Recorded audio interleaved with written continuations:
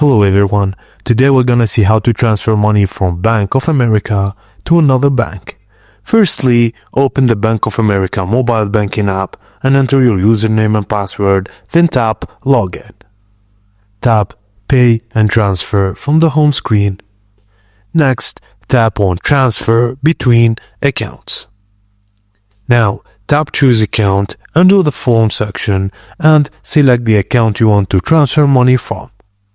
Tap Choose Account under To Action and then select the account you want to transfer money to. Now enter the amount and type it that you wish to transfer to that bank account, and when you're done, just tap on Done. Tap Choose Date to schedule a transfer for a later date or leave it for an immediate transfer. Then select the transfer date and tap Done. Review and confirm. Just tap Next to review the transfer details, and if everything is correct, tap Transfer. If needed, tap Edit to make changes.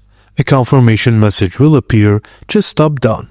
Immediate transfers will appear in your account details, and scheduled transfers will be listed in the Activity section of the Pay and Transfer screen. And that's it, you've successfully transferred money. Let me know if you need further assistance.